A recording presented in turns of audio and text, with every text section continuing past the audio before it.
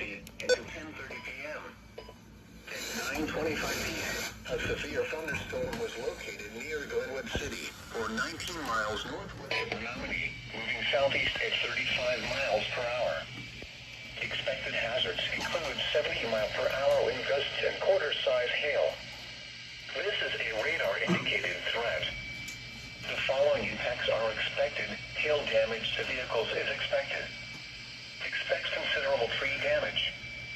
Wind damage is also likely to mobile homes, roofs, and outbuildings. This severe thunderstorm will be near Boyceville around 9:40 p.m. Then around 9:45 p.m. Other locations in the path of a severe thunderstorm include Wheeler, Menominee, Colfax, and Elk Mound. For your protection, move to an interior room on the lowest floor of a building.